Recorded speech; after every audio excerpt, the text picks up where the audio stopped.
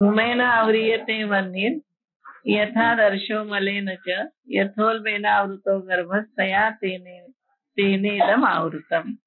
ज्याप्रमाणे धुराने अग्नी आवृत्त केला जातो, मलाने आरसा झाकला जातो आणि गर्भ वेष्टनामध्ये असतो, त्याप्रमाणे कामक्रोधाने तेन म्हणजे कामक्रोधाने हे इदम म्हणजे हे ज्ञान आपलं आच्छादलं गेलेलं आहे. म्हणजे काम आणि क्रोध हे दोघं असे आहेत की त्यांनी त्याचं सगळं ज्ञानाला असं आवरण घातलेलं आहे. गर्भाला जसं आवरण घातलं जातं, गर्भ जसा आतमध्ये असतो, आवृत्त असतो तसं, किंवा आरशावर मळ साठल्यानंतर आरसा जसा आवृत्त होतो, तसा हे काम आणि क्रोध असे वरून असतात आणि ते खूप खोलवर आहेत. त्याच्यामुळे ते आतलं ज्ञान सगळं झाकलं गेलं, पूर्ण झाकलं गेलं. आता याला त्यांनी दृष्टांत दिलाय कशा प्रकारे ज्ञान झाकवलं जातं कामक्रोधाने. जैसी चंदनाची मुळी गिवसोनी घेपे व्याळी, ना तरी उलबाची खोळी गर्भस्थाची. जसं चंदनाच्या मुळीला साप वेढे घालून असतात किंवा पोटात असलेल्या गर्भाला खोळ असते, आवरण असतं, का प्रभाविण भालू किंवा प्रकाशा वाचून सूर्य, धूमे विण हुताशनु, धुराशिवाय अग्नी, जैसा दर्पण मळहीनु काहीच नसे. मळाशिवाय आरसा कधीच नसतो. म्हणजे प्रकाशा वाचून सूर्य, धुराशिवाय अग्नी किंवा मळाशिवाय आरसा कधीच नसतो. म्हणजे आरशावर धूळ साठते. तैसे इही विण एकले आम्ही ज्ञान नाही देखले. काम क्रोधाशिवाय एकटा असलेलं ज्ञान आम्ही पाहिलेलं नाही. जसं जैसे कोंडे निपा गुंतले बीज निपजे. फार सुंदर दृष्टांत दिला. जसा कोंडा म्हणजे टरफलाशिवाय बीज नाही. गहू घ्या, ज्वारी घ्या, कुठलंही घ्या, त्याला वर टरफल असतं, त्याच्या आत बीज असतं. आता कलिंगड किती बी आतमध्ये असतं. त्याचा आंबा जे बी जपतो, हो की नाही, निसर्ग बीला जपतो. सगळ्याच बी एकदम आतमध्ये असतं, हो की नाही, बीला जपतो. बीला जपतो कारण त्यातून निर्मिती आहे ना, नवीन निर्मिती बीजामध्ये आहे, म्हणून त्या बीजाला जपलं जातं. फणसाचं बी किती आतमध्ये असतं. तेव्हा हे बीज जे आहे याच्यावरती आवरण असतं, हो की नाही. तसं कोंड्याशिवाय बीज नाही, आवरणाशिवाय बीज नाही. तसं कामक्रोधाशिवाय ज्ञान आम्ही कुठे एकटं बघितलेलं नाही. म्हणजे ज्ञान असतंच, प्रत्येकामध्ये ज्ञान आहे. तुमच्यामध्ये, माझ्यामध्ये ज्ञान कोणी द्यायचं नसतं. गुरु ज्ञान देत नसतात, फक्त ते मार्ग दाखवतात. ज्ञान ज्याच्या त्याच्या जवळच आहे, ते कोणी द्यायचं नाही. त्याला ते आतून ते ज्ञान उमलत असते, समजतच त्याला. फक्त ते तिथपर्यंत पोहोचायचं कसं, हे कामक्रोध बाजूला सारायचे कसे, आशा तृष्णा बाजूला सारायच्या कशा, मोहापासून दूर कसं व्हायचं, हे गुरु शिकवतात. बाकी ज्ञान आहे, आपल्या ठिकाणी ज्ञान आहे तसंच असतं, पण ते इतकं खोलवर असतं आणि त्याच्यावर इतके हे एकावर एक सगळे मळ चढलेले असतात म्हणा, किंवा एकावर एक हे गुण बसलेले असतात की त्याच्यामुळे ते इतकं आतमधलं ज्ञान असं प्रकट होत नाही. आणि ज्ञान कधी प्रकट होईल ते पण सांगता येत नाही. म्हणजे गुरूंच्याकडे जरी आपण अभ्यास करत राहिलो तरी कोणाला कधी ज्ञान प्राप्त होईल हे नाही सांगता येत. विवेकानंदांना अचानक ज्ञान प्राप्त झालं, जनकाला अचानक ज्ञान प्राप्त झालं. म्हणजे अभ्यास चालू होता पण आजच ज्ञान प्राप्त होईल असं नसतं. ते कधी प्रकट होईल तेव्हा होईल, पण त्यासाठी हे वरचं सगळं जायला पाहिजे. वरचा कोंडा सगळा निघून गेला पाहिजे, मग ते ज्ञानाचं जे बीज आहे ते आपल्याला दिसेल. म्हणून त्याने म्हणलंय जैसे कोंडे निपा गुंतले बीज निपजे. म्हणजे बीज उगवतानाच कोंड्याबरोबर उगवत, हो ना, उगवतानाच तसं उगवत. तसं आपला जन्म होतानाच आपण कामक्रोधाच्या सह जन्म घेतलेला आहे. कृष्णाचा जन्म वेगळा, त्याचा काही कर्मजन्म नाही, अवतार आहे. आपले जन्म कसे असतात? कर्मजन्म असतात. आणि कर्मजन्म हे या काम, क्रोध, मोह, लोभ, ममता या सगळ्यासह, कारण आपण लहानपणापासून बघा ना जपतो किती वस्तू, आणि आपण शिकवतो पण मुलांना पेन्सिली जपा, खोडरबर जपा, इथपासून आपण शिकवतो ना की हरवू नका. म्हणजे हे सगळं आपण गोळा करायलाच शिकतो. आपण काही म्हणत नाही हे सांभाळू नका म्हणून, उलट आपण सांगतो ना की सगळं सांभाळा नाही, कारण संसार सांभाळायचा असतो. पण संसार सांभाळायचा असला तरी सुद्धा हे ज्ञान कुठेतरी आतमध्ये आहे याची जाणीव असायला आपल्याला. होईल तेव्हा होईल, मी म्हणते होईल किंवा नाही होईल या जन्मामध्ये, पण ज्ञान आपल्यामध्ये आहे ही तरी जाणीव पाहिजे ना. कधी प्रकट होईल तेव्हा होईल, आपण कधी अभ्यास करू तेव्हा करू, किंवा अभ्यास कधी पुरा व्हायचा असेल तेव्हा होईल. ते काय सांगता येतं का कधी अभ्यास पुरा होईल? काही नाही सांगता येत. एखाद्यास या जन्मातही होईल, एखाद्यास अनेक जन्मही घ्यावे लागतील, पण ज्ञान आहे ते कधीतरी प्रकट होणारच आहे. म्हणून हे म्हणतात की एकटं ज्ञान मी बघितलं नाही. जसं कोंड्यासह बीज येतं तसं काम क्रोधासह हे ज्ञान, कारण आवृत्तच असतं हे ज्ञान. आवृत्त असलेलं ज्ञानच येतं, त्याला बाजूला करावं लागतं सगळं. म्हणून तर साधना साधना कशाला म्हणायची? साधना करायचं म्हणजे नेमकं काय? फक्त ध्यान लावून जप करत बसायचं असं नाही. साधना 24 तास असते. 24 तासाची साधना असते की क्रोध येतोय कळलं पाहिजे, काम उत्पन्न होतोय कळलं पाहिजे, मोह होतोय आपल्याला कळलं पाहिजे, बुद्धीला हे चढतंय, भ्रांती येते हे कळलं पाहिजे, याला सारखं अलर्ट पाहिजे. त्याला साधना म्हणायचं. साधना 24 तासाची आहे, अशी काही 10 मिनिटं ध्यान केलं, 15 मिनिटं किंवा 2 तास बसले असं नाही. प्रत्येक क्षणाला अवधान पाहिजे. आणि ते नाही, आणि आपलं राहत नाही, आपण गुंतलेला असतो ना कामामध्ये, आपण वेगळं असतो, त्या कामात नाही आपलं राहत अवधान. पण कुठेतरी मनामध्ये छोटीशी एक जाणीव असते की नाही, आपल्याला ज्ञानासाठी आपण आतुर व्हायला पाहिजे, हे ज्ञान मला प्राप्त व्हायला पाहिजे. बाकी संसार आपण करतोच की, त्याला काही मुद्दाम करायची गरज नाही, ते आपोआपच होत असतं. दिवसभर आपण आपल्या घरात सांभाळतच असतो, नाती सांभाळायचे, मुलं सांभाळायचे, सगळंच सांभाळावं लागतं. ते काय सोपं आहे का?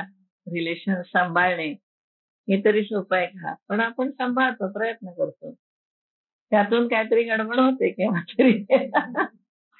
पण ते चालायचं, संसारामध्ये ह्या गोष्टी घडत असतात. पण कुठेतरी आपल्या अंतःकरणामध्ये एक तरी छोटीशी जाणीव पाहिजे की नाही, आपल्यामध्ये ज्ञान आहे आणि हे ज्ञान आपल्याला प्रकट करायचंय.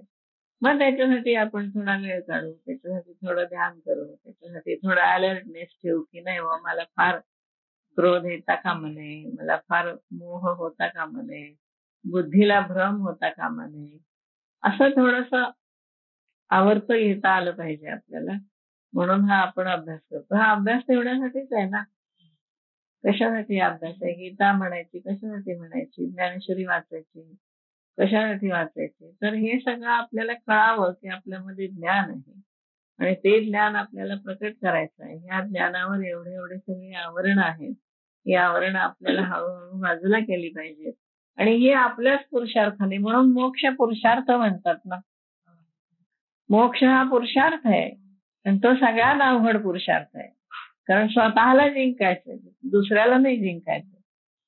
आपल्या आपल्या वासनांना जिंकायचं, आपल्या आपल्या मोहाला जिंकायचं, आपल्या आपल्या अभिमानाला जिंकायचं, आपला दंभ जिंकायचा, आपला अहंकार जिंकायचा. आपल्याला स्वतःबद्दल खूप दंभ असतो. तुम्ही थोडासा विचार करून बघा एकांतामध्ये, की खूपच आपल्याला स्वतःबद्दल एक प्रकारचा दंभ असतो की मी अशी आहे, मी तशी आहे, मी असं करू शकते, मी तसं करू शकते. एक प्रकारचा दंभ प्रत्येकालाच असतो, नैसर्गिक आहे ते, आणि तो असावा, पण त्याशिवाय आपण काम करू शकत नाही. पण तो सुद्धा आपल्याला नको आहे. केव्हा ज्ञान प्राप्त करायचं असेल तर. जर ज्ञान घ्यायचं असेल तर आपल्याला ह्या गोष्टी नको आहेत. मग या हळूहळू आपण आपल्या प्रयत्नांनी दूर करायचे, तो मोक्ष पुरुषार्थ आहे. आणि हा सगळ्यामध्ये अवघड पुरुषार्थ आहे. म्हणूनच म्हणतात सगळा संसार झाल्यावरती तुम्ही मोक्षाच्या मागे लागा. म्हणजे आता हे करायचे ते करायचे हे तरी शिल्लक नको. मुलं रांकेला लागायची, मुलांची लग्न व्हायची, नातवंड वगैरे एक झालं की मग निवांत तुम्ही राहाल, म्हणजे चिंता न. पण त्यावेळेला काय होतं, दुखणी मागे लागतात. जर नीट विचार केला आपण तर असं दिसतं की त्यावेळेला आपण बसू शकत नाही. गुडघ्याची दुखणी लागली, मांडी घालता येत नाही. जपाला बसलं, पाठ अवघडते, कंबर दुखायला लागते.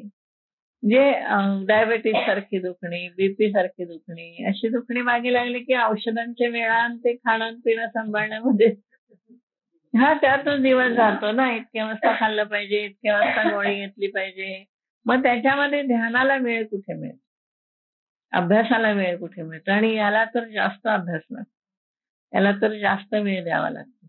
म्हणून चतुर्थ आश्रम सुद्धा लवकर सुरू करायला पाहिजे असं मला वाटतं, वानप्रस्थच्या आधी, सुरुवातीपासून. मोक्ष पुरुषार्थासाठी थोडा वेळ आधीपासूनच द्यायला पाहिजे, लहानपणापासून. तरुण वयापासून थोडा वेळ सवय ठेवायची आपल्यासाठी, आपल्या या कार्यासाठी वेळ ठेवायची आपल्याला सवय लावायला पाहिजे. म्हणजे खरी साधना आपली त्यावेळेला मग आपल्याला जास्त चांगल्या प्रकारे करता येईल. सवय पण होते ना त्या गोष्टीची, नाही तर आधी सवयच नसते अजिबात. असं मन बाहेर काढायचं, गुंतून राहत नाही होत. लवकर बाहेर पडताय. बाहेर पडल्यानंतर इतकं गुंतलेलं असतं की आपण पडू शकत नाही. सवय खूपच नसते. म्हणून थोडा एकांत, थोडा लोकांचा ऐसा काळ कंठावा म्हणतात ना समर्थ, की थोडा वेळ तरी एकट्यासाठी वेळ द्यायला पाहिजे. की नाही, मला हे अभ्यास करणं भाग आहे. कुठेतरी मनाला ती जाणीव पाहिजे, कुठेतरी त्या अभ्यासाची सवय पाहिजे. नाहीतर वृद्धपणी संसार सोडणं खूपच कठीण. कारण इतकी सवय झालेली असते आणि आपणच ती सवय केलेली असते. आपल्याला बघा की जरा इकडे तिकडे दार वाजलं तरी आपल्या डोक्यात येते की अरे कुठलं दार वाजलं, कुठली खिडकी उघडी राहिली, कोण आलं तिकडे. इतकं आपण अलर्ट असतो घराच्या संबंधामध्ये. जरा खुट्ट झालं की आपल्याला कळतं, किंवा एखादं भांडं नाही सापडू दे, आपल्याला चैन पडत नाही की आपण कुठे ठेवलं, ते गेलं कसं, कोणाला दिलं का, काय झालं का, किंवा काही भांड्याचं जसं नाही, पण कुठली एखादी वस्तू नाही सापडली तरी बेचैन होत.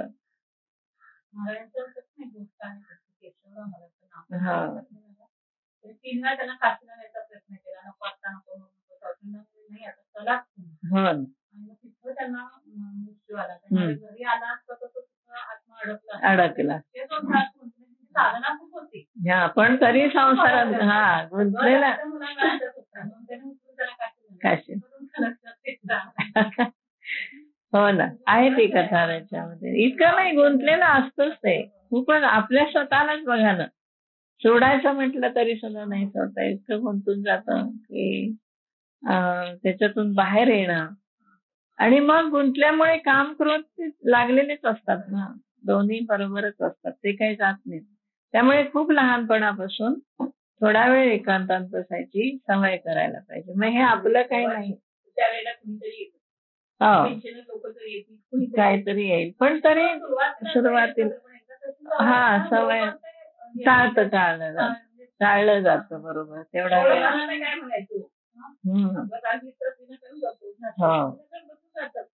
हो ना, काय करणार. नाही, पण कुठेतरी वेळ, एक पहाटेची वेळ, रात्रीची वेळ अशी ठेवायची की जेव्हा शक्यतो कोणी येणार नाही. जास्ती करून पहाटेची वेळ चांगली असते. रात्री म्हणजे कंटाळा आलेला असतो, झोप येते. झोप येते. जप करत पहाटे 6च्या आधी,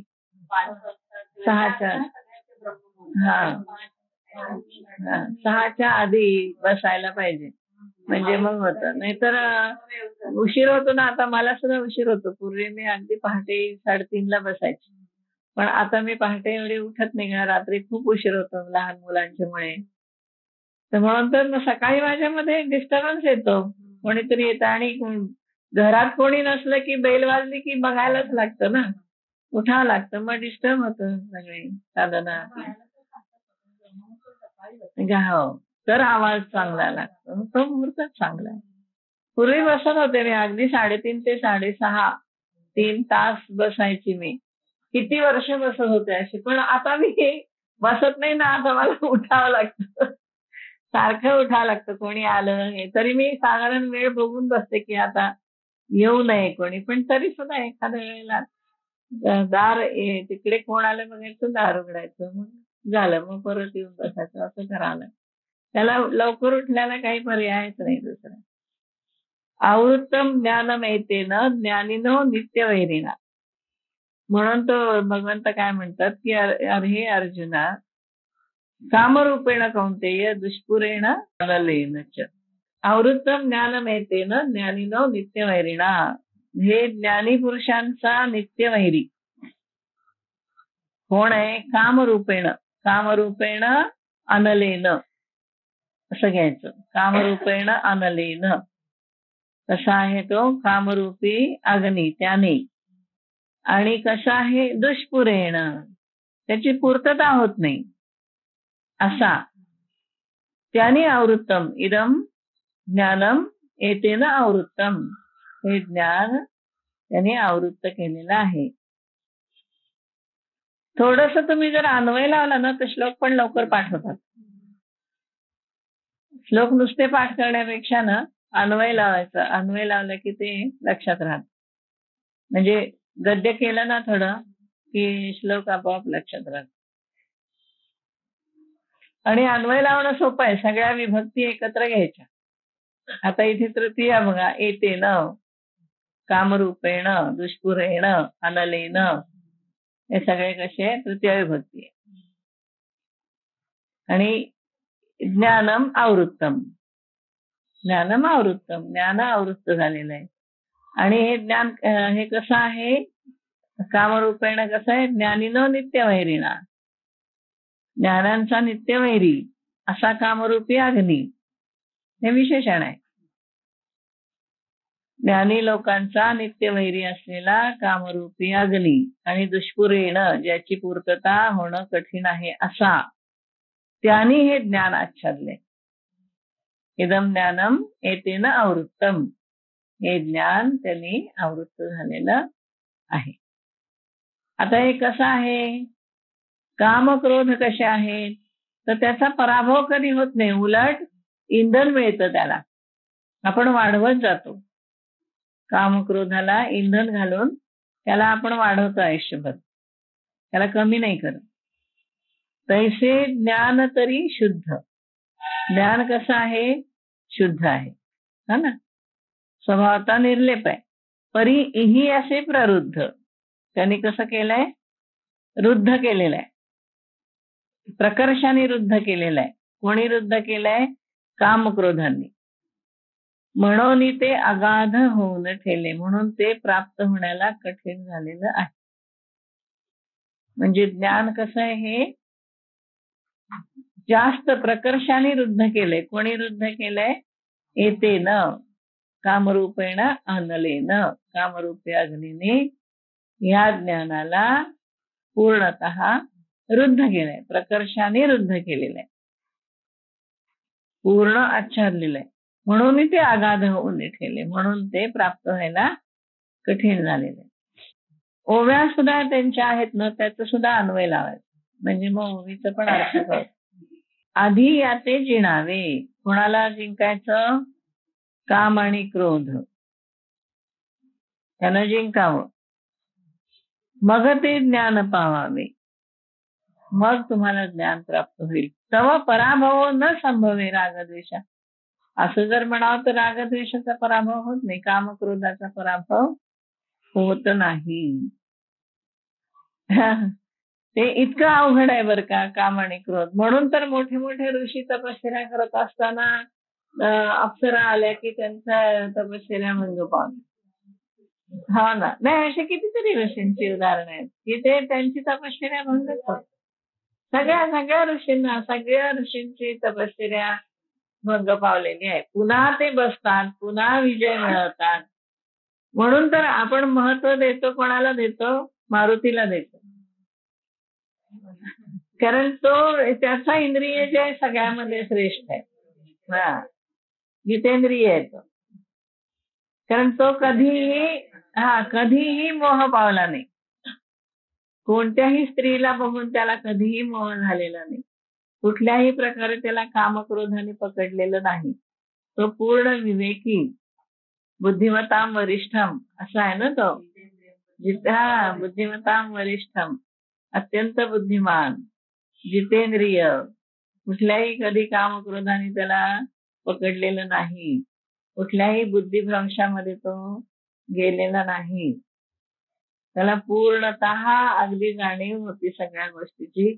म्हणून जेव्हा भरताला भेटायला अगदी त्या दिवशी, शेवटच्या दिवशी 14 वर्ष पुरे होताना ते येत होते पुष्पक विमानातून, तेव्हा सुद्धा हनुमानाने सांगितलं रामाला की तुम्ही असं जाऊ नका, आधी बघा. 14 वर्ष त्याला राज्याची सवय झालेली आहे, हो की नाही?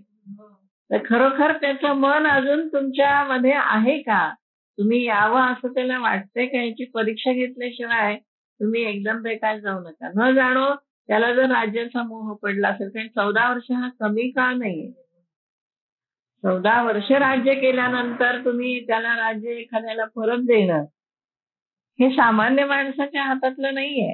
कोणालाही राज्याचा मोह होणार. तर तुम्ही आधी बघा की खरोखर तो तुमची वाट बघतोय का, तर त्याला भेटायला जा. हो, त्यांनी पाहिलं स्वतः. राम म्हणाला तूच जाऊन बघून ये. तेव्हा तो काष्ठ जमवत होता की नाही आले राम तर आता अग्नीमध्ये हे द्यायचं म्हणून. तर तो खरोखरच वाट बघत होता. त्यांनी त्याची परीक्षा केली आणि मग तो रामाला घेऊन आला. म्हणजे इतका तो कॉन्शियस होता, हो की नाही, सगळ्या परिस्थितीबद्दल. जे हनुमंताचं खरोखर बुद्धी खरोखरच तीव्र आणि तीक्ष्ण होती आणि विवेक जागृत होता. त्यामुळे हनुमानाला खूप महत्व आहे. सगळ्या रामायणामध्ये हनुमानाला खूप महत्व आहे. हनुमंताचं एक तर त्यांनी प्रत्येक गोष्टीमध्ये त्यांनी रामाला मदत जास्त केली आहे. त्याचं कार्य मोठं आहे सगळ्यामध्ये. सीता शोध लावण्यापासून ते शेवटच्या जिंकेपर्यंत शेवटी त्यांनी सगळी मदत केलेली आहे. आणि तो शिवाय असं कामक्रोध जिंकलेला असा होता. म्हणून असे जे कोणी असतात त्यांना आपण खूप महत्व देतो. म्हणून आपण वसिष्ठांना मानतो, बाकीच्या ऋषीमुनींना आपण मानतो, कारण काही ना काही तपश्चर्या करून त्यांनी कामक्रोधाला जिंकलेला असतो. म्हणून त्यांनी म्हटले की रागद्वेषाचा पराभव होणं, कामक्रोधाचा पराभव होणं अवघड आहे. याते साधावया लागी, जे बळ आणि जे अंगी, ते इंधन जैसे आगी सावं. उलट त्यांचा नाश करण्यासाठी जेवढं सामर्थ्य आपण आणायला जाऊ तेवढं त्या अग्नीला इंधन मिळत जातं प्रज्वलित होण्यासाठी. त्याला सहाय्य करणारच होतं. म्हणजे जास्त अवरुद्ध केलं तुम्ही की ते जास्त भडकतात. म्हणून ते त्याला आपण काय म्हणतो, त्याला उन्नयन करायचं असं म्हणतो आपण, सब्लिमेशन. ते सब्लिमेशन करायचं त्याचं. म्हणजे समजा आपल्याला मोह खूप आहे, तर तो मोह अडवण्यापेक्षा, अडवला की तो वाढतो. राग अडवला की राग वाढतो बघा. रागवायचं नाही असं धरून जास्त राग येत जातो, मग आपल्याला पण राग येतो. जेवढा अडवू कामक्रोधाला तेवढं त्यांना इंधन जास्त मिळतं, ते जास्त भडकतात. मग त्याच्याऐवजी त्याचं सब्लिमेशन करायचं, म्हणजे शरणागती घ्यायची की हे राग आलाय ना, हा देवाला समर्पण. हा क्रोध उत्पन्न झालाय, देवाला समर्पण. मोह उत्पन्न झालाय, देवाला समर्पण. काम उत्पन्न झालाय, देवाला समर्पण. म्हणून महाराज काय म्हणतात, रामाची इच्छा म्हणा, सोपं सगळ्यामध्ये. क्रोध आला ना, नाही, हे झालं ही रामाची इच्छा आहे. मोह झाला नाही, ही रामाची इच्छा आहे, त्यांनी मिळायचं असतं तर मिळेल, नसेल मिळायचं तर नाही मिळेल. काम उत्पन्न झाला तरी तसंच, त्यांच्या इच्छेने व्हायचं असलं तर होईल, नाही तर नाही होत. म्हणून सगळं काही आहे ते त्याला समर्पित करत जायचं. त्याला म्हणायचं सब्लिमेशन किंवा उन्नयन करायचं. क्रोधाचं उन्नयन करायचं, कामाचं उन्नयन करायचं, मोहाचं उन्नयन करायचं. बुद्धीमध्ये काहीतरी भ्रष्ट विचार आले तर ते सुद्धा समर्पित करून टाकायचे, की नाही आज आपल्या डोक्यात काही चांगले विचार येत नाहीयेत बाबा, पण हे सगळे ईश्वराला अर्पण करून टाक. मग त्याचं सब्लिमेशन होईल आणि मग ते आवरले जातील. तुम्ही अडवायचं नाही. काम करून अडवा अडवा म्हणतात तसं अडवायचं नाही. एक तर त्यांचे पुरे करा किंवा त्यांना समर्पित करून टाका. दोनच मार्ग त्याला आहे. अडवणं हा मार्ग नाही. मग त्याला इंधन मिळतं. मग ते वाढत जातं, तीव्रता वाढत जाते, जास्त होतं. म्हणून इंधन जैसे आगी सावावं होय. इंधन घातल्याप्रमाणे ते सहाय्य करणारं होतं, उलट ते वाढतच जातं. इंद्रिय आणि मनोबुद्धीर असे अधिष्ठान उच्चते. आता हे कुठे राहतात? हे काम करून कोणाच्या आश्रयाने राहतात? तर इंद्रिय आणि मनोबुद्धी अस्य अधिष्ठानम. त्याचं अधिष्ठान कोणतं? इंद्रिय, मन आणि बुद्धी. एतैर विमोहयतेश ज्ञानम आवृत्य देहिनम. आणि यांच्या योगाने ज्ञान आच्छादित करून प्राण्याला मोह पडतो. म्हणजे याची प्रोसेस कशी होते? तर इंद्रिय, मन, बुद्धी याच्यामध्ये ते राहतात आणि त्यांच्या योगाने ज्ञान आच्छादित होतं आणि मग ते प्राण्याला मोह पडतो. अशी त्याची प्रोसेस होते. हे कसे करतात? इंद्रिय, मन, बुद्धीला आधी ताब्यात घेतात. इंद्रिय, मन, बुद्धीला ताब्यात घेतलं की मोह होतो. देही प्राण्याला, जीवाला मोह पडतो. मोह पडला की त्याने ज्ञान आच्छादित, म्हणजे अशी त्याची क्रिया होते. तर ही क्रिया लक्षात घेतली पाहिजे कशी होते. ही क्रिया लक्षात घेतली पाहिजे. म्हणून इंद्रिय, मन, बुद्धी हे जे आहे त्यांना आधी जिंकायला सांगतात योगामध्ये.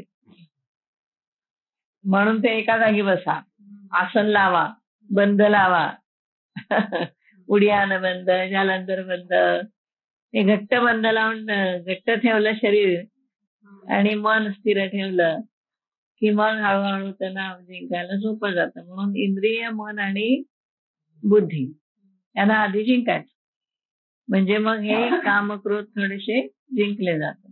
म्हणजे एक मोठा साधनेचा एक क्रमच आहे बघा. लहानपणापासून जी साधना करायची ना त्याचा क्रम आहे. आधी आसन जिंकायचं, आसन जय म्हणतात.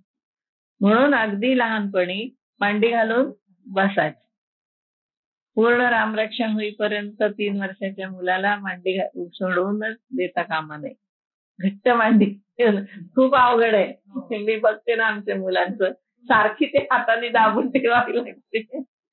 जाम करावं लागतं तेव्हा ती मांडी राहते, नाहीतर ते सुटून पाय एक इकडं एक तिकडं अशी बसतात मुलं रामरक्षा म्हणायला. ते तिथपासून तो आसन जयासाठी करायचं ते. बाकी त्यांनी काय हो न हो, पण आसन स्थिरता येते. मग अभ्यास करताना आसन स्थिरता यायला पाहिजे. म्हणजे सारखं चळवळ करत नाहीतर मुलांच्या खेळण्याकडे खूप लक्ष असतं. म्हणजे इथपासून तो इंद्रिय जय शिकायला लागतो लहानपणापासून. आणि मग एका जागी शांत बसून हळूहळू आपल्या मनाला, बुद्धीला ताब्यात आणायला शिकायचं. आधी अभ्यासासाठी, मग साधनेसाठी आणि मग ते पुढे जात. तैसे उपाय करती जे जे ते आसीची होती विरजे. जे जे उपाय योजावे ते काम क्रोधाला सहाय्य करतात. म्हणून हटिया ते जिणी जे हित जगी. म्हणून या जगात हेच हठयोग्यानं जिंकतात. हठयोगी असलं तरी काम क्रोध त्यांना जिंकतात ते. ऐसी आहे साकारा बोला एक उपाय आहे भला. तर असं असलं तरी एक चांगला उपाय आहे, जो करिता जरी अंगवला तरी सांगेन तुझं. तुला मान्य असेल तर तुला सांगतो. एक उपाय आहे हे जिंकण्यासाठी. इंद्रिय, मन आणि बुद्धी यांना जिंकायला एक उपाय आहे. ते तुला जमत असेल तर सांगतो म्हणतो. हा, भक्ती सुद्धा अवघड आहे, कारण उगाच्या उगाच भक्ती करता पण येत नाही. उगाच कोणा श्रद्धा असावी लागते. भक्तीला खूप दृढ श्रद्धा लागते आणि ती श्रद्धा उत्पन्न होत नाही. श्रद्धा उत्पन्न होण्यासाठी बरंच पुण्यकर्म करावं लागतं. भक्ती सुद्धा सोपी नाही. भक्ती तो काय सुळावरील पोळी म्हणले ना तुकाराम महाराजांनी. भक्ती सुळावरच्या पोळीसारखी आहे, कठीण आहे. कारण इतकं समर्पण होत नाही. भक्तीमध्ये समर्पण लागतं. सगळं आलं, समर्पण होत नाही. म्हणून तर पतिव्रता होणं सुद्धा अवघड आहे. पतीला समर्पित होणं एखाद्या स्त्रीने खूप अवघड गोष्ट आहे. आपलं सगळं सोडावं लागतं.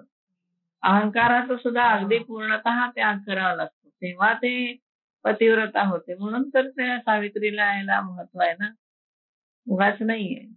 पतिव्रता होणं अवघड आहे, समर्पणच अवघड आहे. देवाला समर्पण असो, पतीला समर्पण असो, किंवा एखाद्या ऑफिससाठी समर्पित होऊन काम करे. हल्ली शिक्षक सुद्धा समर्पित नाहीये. शिक्षणाला समर्पित असे शिक्षक मिळत नाहीत. आता असे आहेत की ज्यांना नोकरीची गरज नाही, अशा कितीतरी मुली आहेत आणि ज्या गंमत म्हणून चांगले ड्रेस खरेदी करता यावेत म्हणून आपल्यापुरती नोकरी करतात. मिळत नाही आणि त्यांना तर आपल्यासाठी खर्च करायला पैसे हवे असतात. तर अशा मुली काय शिकवणार हो? त्यांच्या ठिकाणी समर्पणाची भावना पाहिजे. पैसा किती मिळतो हे नाही पाहिजे. तर या मुलाला आपल्याला एक चांगला नागरिक म्हणून तयार करायचं आहे. असे समर्पित भावनेचे शिक्षक पाहिजे. हे समर्पण हे अवघडच आहे. मग शिक्षण तशीच लोक तिथे येत असतील ना. म्हणून तर आपण काही काही शाळा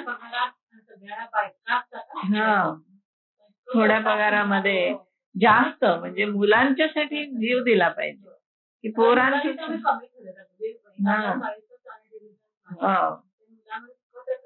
हो ना, तसं पाहिजे ना, समर्पण पाहिजे. त्याशिवाय चांगले शिक्षक होऊ शकत नाही. म्हणजे शिक्षक म्हणूनही समर्पण पाहिजे. तुम्हाला ऑफिसमध्ये चांगलं काम करायचं असं तिथे पण समर्पित पाहिजे चांगलं त्या ठिकाणी. पतीला लग्न करून संसार करायचा असेल तर पतीला समर्पित व्हायला पाहिजे. तर हे सगळं समर्पण अवघडच आहे.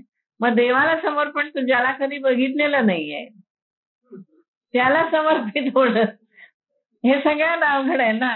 कारण तो कधी भेटलाय सांगा ना. भेटून आपल्याला कळलं की हा खूप मोठा आहे आणि हा मुख्य आपल्याला तो सांभाळतो. हे आपल्याला काय लागतं, आश्वस्त असायला लागतं की आपण अशा माणसाजवळ पाहिजे की जिथे आपल्याला आश्वस्त वाटतं, की जिथे आपली काळजी घेतली जाईल, जिथे आपल्याला जपलं जाईल. जसं आपण आईला मिठी मारून बसतो किंवा घाबरल्यानंतर मुलं कुठे येतात, आईपाशी येतात. वडिलांपेक्षा सुद्धा आईला मिठी मारतात जास्त, कारण त्यांना तिथे आश्वस्त वाटतं. त्यांना वाटतं की नाही, आई आपल्याला सगळ्या संकटापासून वाचवेल. तसं हा भगवंत आपल्याला सगळ्या संकटापासून वाचवून आपला सांभाळ करेल, प्रतिपाळ करेल असं आश्वस्त झाल्याशिवाय समर्पणाची भावना येत नाही. खरंच त्यामुळे भक्ती खूप मिळतं. भक्तीला खूप अवघड समजते. आणि ज्ञानेश्वरांनी सांगितलेली भक्ती तर आणखीनच अवघड आहे. खूपच अवघड. ज्ञान झाल्यानंतरची त्यांची भक्ती. भोळी बाबडी भक्ती म्हणतो आपण, ते तेवढी ते नाहीये. भक्ती इतकी भोळी बाबडी नाही. भक्तीला पूर्णपणे समर्पण असावं लागतं. ज्याला बघितलं नाही त्याच्याशी समर्पित करायचं. शंका सारख्या आहे ना, आहे का नाही आणि खरंच सांभाळतो का नाही. जरी कथा असल्या तरी आपण काय म्हणतो, कथांवरून म्हणतो आपण की त्याने हरिश्चंद्राला सांभाळलं, पण सांभाळलं खरं, पण इतका त्रास का देऊ दिला, हो की नाही. आधीपासून का नाही सांभाळलं असं आपल्याला वाटतं. एवढा त्रास झाल्यानंतर मग ते करायचं असं नाही. असं आपल्याला वाटतं की नाही, त्रास होता कामा नये. आपल्याला आश्वस्त वाटायला पाहिजे त्याच्यापाशी. म्हणून भक्ती अवघड जाते. तर तुला एक सांगतो उपाय, बघ आता कसं आहे. तस्मात त्वम इंद्रियाणी आदौ नियम्य भरतर्षभ. त्यांनी तेच सांगितलं, पापमानं प्रजही येनम ज्ञान विज्ञान नाशनम. म्हणून तू काय कर, आधी इंद्रियांचं नियमन कर आणि ज्ञान विज्ञान नाश करणाऱ्या या पापरूपी कामाचा त्याग कर. मग काय सोपं काय काही सोपं सांगितलं नाही त्यांनी. एक उपाय आहे म्हणतो. एक उपाय कुठला आहे तर आधी या इंद्रियांचं नियमन कर आणि हा जो ज्ञान विज्ञानाचा नाश करणारा काम आहे त्याला तू जिंक, त्याला तू त्याग कर, त्याचा त्या कामाचा त्याग करून टाक. यांचा पहिला कुरठा इंद्रिये, यांचं पहिलं आश्रयस्थान इंद्रिये, तेथून कर्माची प्रवृत्ती होते. येथून प्रवृत्ती कर्माचे विये, इथून कर्माची प्रवृत्ती होते. आधी निर्जाळून घाली ती सर्वथैव, आणि म्हणून ही प्रवृत्तीच या इंद्रियांच्या मधनं काढून टाक. पहिलं काम काय कर, त्या इंद्रियांची ही जी प्रवृत्ती आहे त्या प्रवृत्तीला तू काढून टाक. आता हे कसं आहे बघा, काम किती लांब आहे.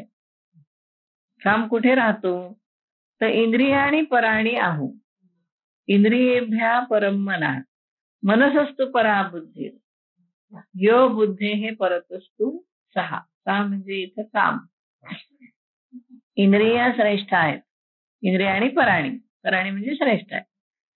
इंद्रियांपेक्षा इंद्रियेभ्या परम मनः, इंद्रियांच्या पेक्षा मन श्रेष्ठ आहे. मनापेक्षा बुद्धी श्रेष्ठ आहे आणि बुद्धीपेक्षा तो काम श्रेष्ठ आहे. उपनिषदातलंच आहे हे श्लोक. बुद्धे हे परतस्तु सहा, बुद्धीच्या पलीकडे काम. म्हणजे कामाचं राहणं किती खोलवर आहे. एकाला एकाला जिंकत जिंकत जिंकत त्या कामापर्यंत आपल्याला पोचायचं आहे. हो ना. काय होईल मग म्हटलंय त्यांनी, मग मनाची धाव पारुशेल, मनाचं धावणं थांबेल आणि बुद्धीची सोडवण होईल, बुद्धी मोकळी होईल. इतुकेनी थारा मोडेल या पापियाचा, आणि मग या दुष्टाचा आश्रय नाही सर. म्हणजे पहिल्यांदा काय करायला पाहिजे तर ज्याचा आश्रय हा काम घेतो त्यांना जिंकायला पाहिजे, त्यांना आपलंसं करायला पाहिजे.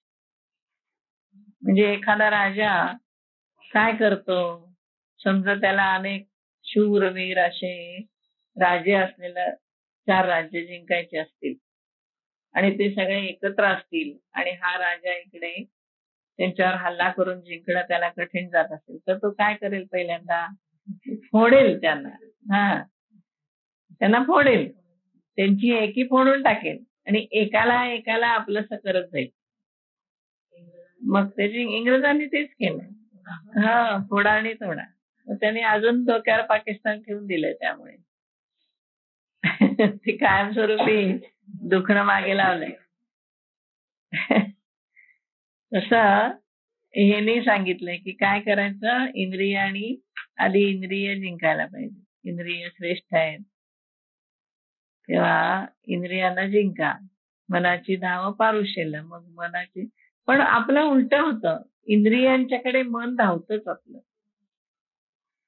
बघा ना, आता पाय उघडले तर आपलं पायाकडे लक्ष जातच की नाही, जात की नाही.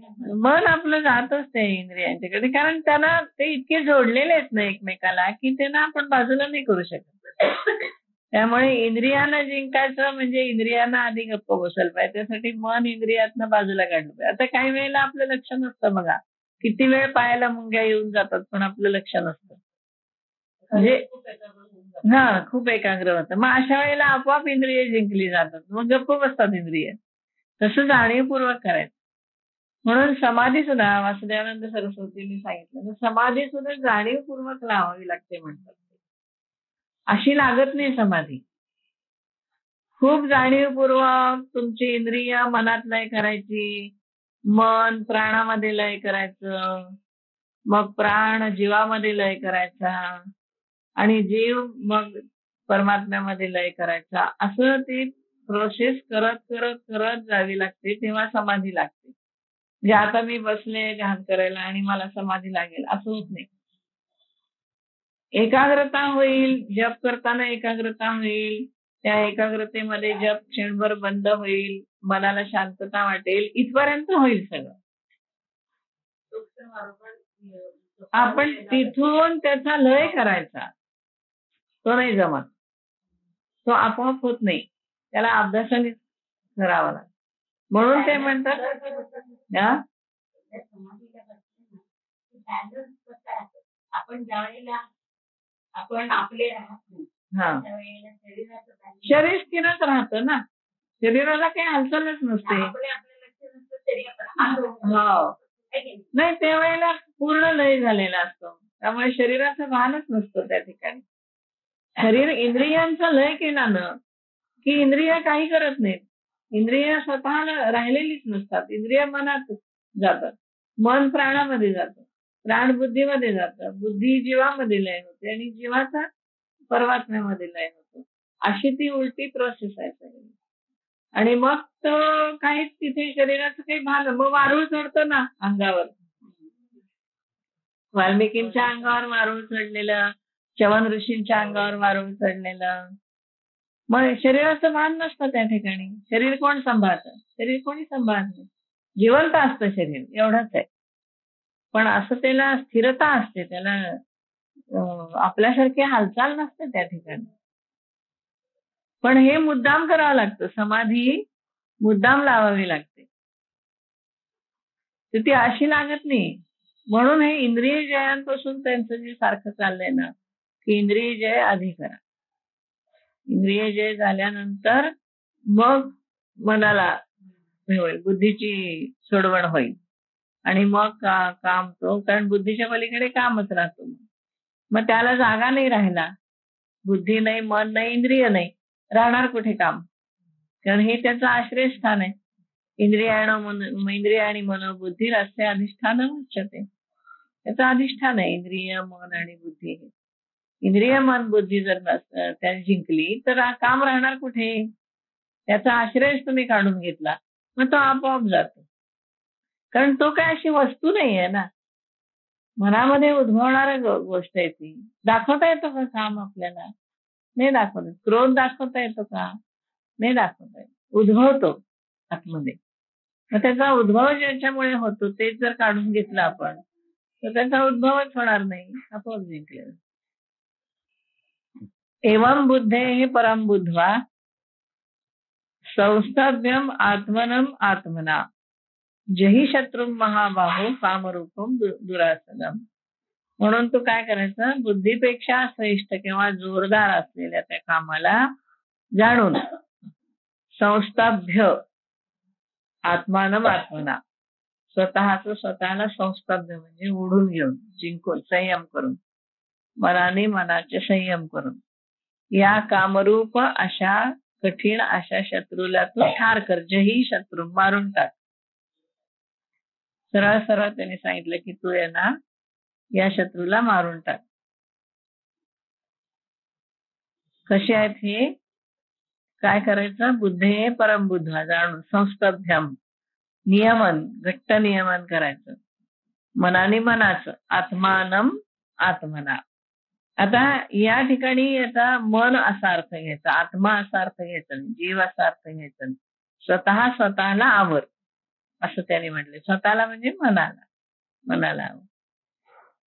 हे अंतरीहून जरी फिटले, समजा कामक्रोध अंतःकरणातून गेले तरी निभ्रांत जाण निवटले, तरी ते निसंशय नाहीसे झाले असं समज. जैसे रश्मी विण उरले मृगजळ नाही. दृष्टांत छान दिला. सूर्यकिरणच नसतील तर मृगजळ दिसणार नाही. तसं अंतरातून जर ते बाहेर गेले तर ते पुन्हा कधीही प्रकट होणार नाही, पूर्णपणे जातील. पण अंतःकरणातून जायला पाहिजे. मुळात जिथे त्यांचं स्थान आहे त्या स्थानातून ते निघून गेले पाहिजे. तैसे रागद्वेष जरी निमाले तरी ब्रह्मीचे स्वराज्य आले, मग तो भोगी सुख आपुले आपणाचे. हे कामक्रोध जर निशेष गेले तर ब्रह्मप्राप्तीचं स्वराज्य तुम्हाला मिळालं आणि मग तो आपलं सुख उपभोगतो. म्हणजे आपलं स्वतःचं जे आत्मसुख आहे की ज्याची आपल्याला अनुभूती नाहीये ते सुख त्याला मिळतं. परमसुख ज्याला आपण म्हणतो ते त्याला मिळतं. एकदा कामक्रोध मनातून निघून गेले की मग तो सुखी होतो. स्वतःला जिंकलं की त्याला समाधान मिळतं, आनंद मिळतो. जे गुरु शिष्यांची गोठी पदपिंडाची गाठी, तेथ स्थिर राहोनी नुठी कवणे काळी.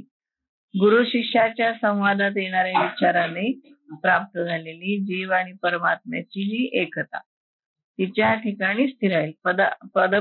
पिंड म्हणजे आत्मपद आणि आपला पिंड म्हणजे देह. तिथं स्थिर राहा तू. गुरु शिष्याच्या संवादामध्ये हे विचाराने प्राप्त झालेली जी ऐक्यता आहे, समाधीचे मी म्हटलं की विचारपूर्वक लावावी लागते. तिथं ती ऐक्यता जी आहे तिच्या ठिकाणी स्थिर होऊन तू कुठे हालू नकोस. मिठी कवणे काळी, उठू नकोस त्यातनं. जे एकदा ते सुख प्राप्त झालं की त्यातनं बाहेर येऊ नकोस. कारण बाहेर येणं सोपं आहे, लगेच काम करत पकडतात. एकदा ती अवस्थामध्ये तुम्ही गेल्यानंतर तिथे राहाल असं नाही. काम करून आल्याबरोबर तुम्ही त्याच्यात पकडले जाता. म्हणून तू तिथनं हालू नकोस. ती जी काही स्थिरता मिळेल तुला, कधी स्थिरता मिळेल तर पदपिंडाची गाठ पडल्यावर. आत्मपद आणि आपला देह, आपला पिंड ह्याची गाठ पडली की एक प्रकारची स्थिरता येईल. त्या स्थिरतेमधनं तू उठू नकोस असं तो सांगतो. आणि ती स्थिर कशात कुठे कळते ही ऐक्यता होते हे कुठं कळतं? गुरु शिष्याच्या संवादामध्ये. दुसरीकडे ही गोष्ट कळत नाही. गुरु शिष्याच्या संवादातच तुम्हाला ही पदपिंडाची गाठ पडते आणि कळत. जे आत्मा जीवात्मा यांचं ऐक्य होतं हे फक्त गुरु आणि शिष्य ह्या दोघांमध्ये संवाद होतो तेव्हाच कळत. म्हणून आपल्याला हे शिकवतात की असे ऐक्य होतं, जीवाचं आणि परमात्म्याचं ऐक्य होतं. पण हे ऐक्य झाल्यानंतर जे सुख मिळतं त्या सुखातनं तू उठू नको.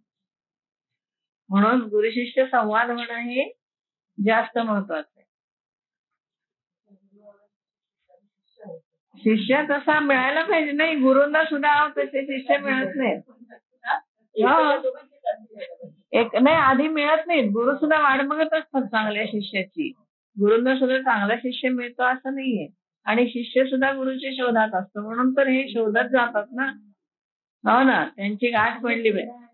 हो, पण आपल्याला आहेत ना. आपण शोधत बसण्यापेक्षा आपल्याला आपले जेव्हा मिळते.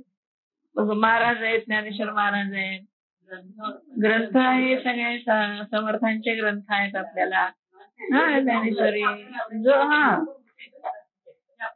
हे आपले त्याप्रमाणे आपण गुरु म्हणून बघायचं यांच्याकडे. आत्माराम म्हणा, ज्ञानेश्वरांचा अमृतानुभव म्हणा, त्याच्यात त्यांनी हे सगळं सांगितलंय ना आपल्याला.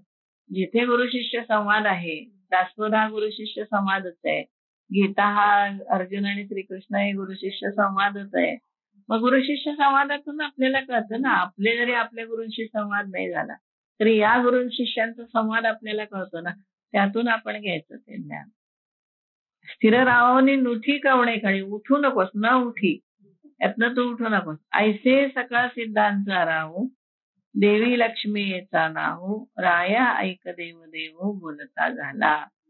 अशा प्रकारे सर्व सिद्धांचा राजा, सिद्धांचा राव, सगळे सिद्ध, देवी लक्ष्मीचा पती आणि देवांचा देव असा जो श्रीकृष्ण होता तो म्हणाला की काय म्हणाला, हे राजा धृतराष्ट्रा ऐक, असं संजय म्हणतो. संजय काय म्हणतो की असं तो देव म्हणाला. हा, लक्ष्मीचा पती म्हणाला, सिद्धांचा राजा म्हणाला, देवांचा देव म्हणाला. आता पुनरपी तो अनंतू, आद्य एकी मातू, सांगेल येथेथ पंडुसुतू प्रश्न करेल. आता काय होईल, पुन्हा तो श्रीकृष्ण आणखीन एक कथा सांगेल. आणखीन एक कथा तुम्हाला सांगेल. म्हणजे आणखीन एक काहीतरी तुम्हाला मार्ग दाखवेल. त्यावेळेला अर्जुन प्रश्न करेल.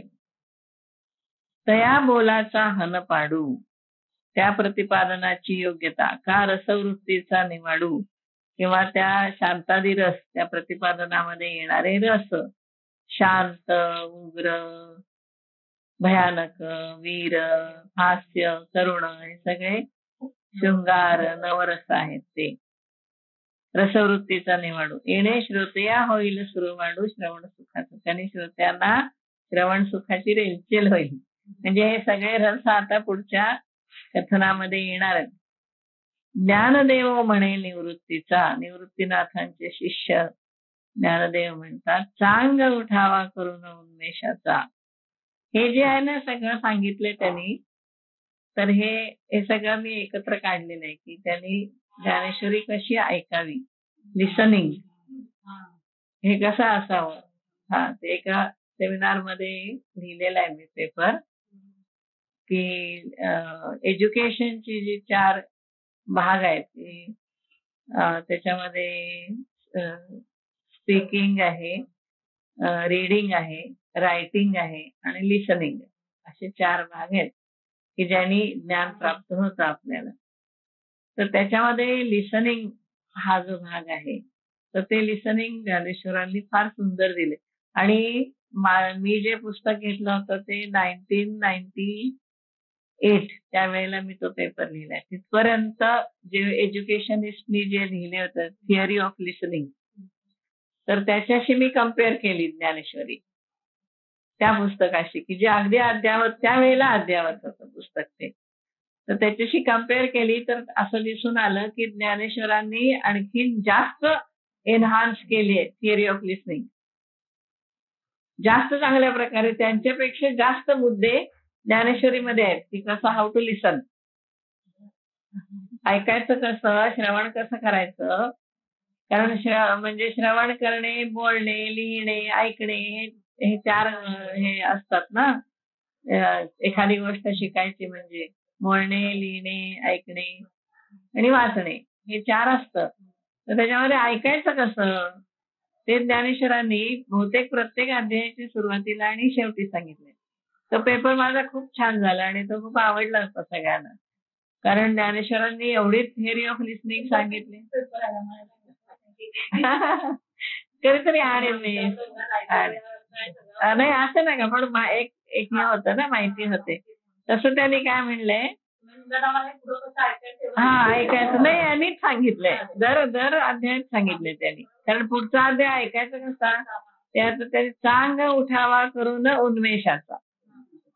काय म्हणतात, उन्मेषाचा चांगलं जाग करा, बुद्धीला चांगलं जागे करा. चांग उठावा करून उन्मेषाचा, मग संवादू श्रीहरी पार्थाचा भोगा बापा. म्हणजे बुद्धी इतकी तीक्ष्ण करा, बुद्धीला इतकं कॉन्सन्ट्रेट करा आणि मग पुढे जो संवाद होणार आहे श्रीहरीचा आणि कृष्ण अर्जुनाचा, तो त्याचा उपभोग घ्या म्हणतात, भोगा म्हणतात. नुसतं ऐका म्हणत नाही ते. भोगा म्हणजे प्रत्यक्ष त्याची अनुभूती घ्या. म्हणजे हा जो संवाद आता होणार आहे हा इतका सुंदर आहे आणि इतका रसाळ आहे आणि इतके रस त्यामध्ये येणार आहेत की त्यासाठी तुम्हाला बुद्धी जास्तीत जास्त फ्रेश करायला पाहिजे. चांग उठावा करून फ्रेश करा बुद्धी आणि मग तिकडे लक्ष द्या. म्हणजे तुम्हाला उपभोग घेता येईल. नुसतं ऐका म्हणत नाहीत ते, ऐकण्याच्या पुढे जातात, अनुभूती घ्या म्हणतात. म्हणजे लिसनिंग हे नुसतं लिसनिंग नाही, ऐकणं हे नुसतं ऐकणं नाही, तर त्याची साक्षात अनुभूती आली पाहिजे. ऐकतानाच अनुभूती आली पाहिजे. ऐकल्यावर आनंद आपोआप ते फार सुंदर, फारच छान आहे. इतकं ते सांगतात ना, ते सांगतानाच त्यांनी प्रत्येक गोष्ट इतकी नाजूक आणि इतकी त्याच्या खोलवर जाऊन सांगितलेली आहे की त्याची अनुभूतीच येते. अशी ज्ञानेश्वरी आहे. म्हणजे नुसतं ऐका आणि मनात साठवा असं म्हणत नाहीत. ते म्हणतात भोगा, तुम्ही भोगा म्हणतात, भोगा बापा. संवादू श्रीहरी पार्थाचा भोगा बापा. म्हणजे एवढी फ्रेश करा बुद्धीचा उन्मेष त्याला येऊ दे चांगला. चांग उठावा करून उन्मेषाचा, मग संवादू श्रीहरी पार्थाचा भोगा बापा. असं मी तुम्हाला विनंती करतो. मग ते तुम्हाला ह्याला म्हणजे ऐकायला मिळेल. म्हणजे ऐका, अनुभूती येईल. फार बघा ना, भोगा बापा, हो ना, भोगा बापा. हो, मनाला भिडतात सगळे. थांबूया आपण इथे.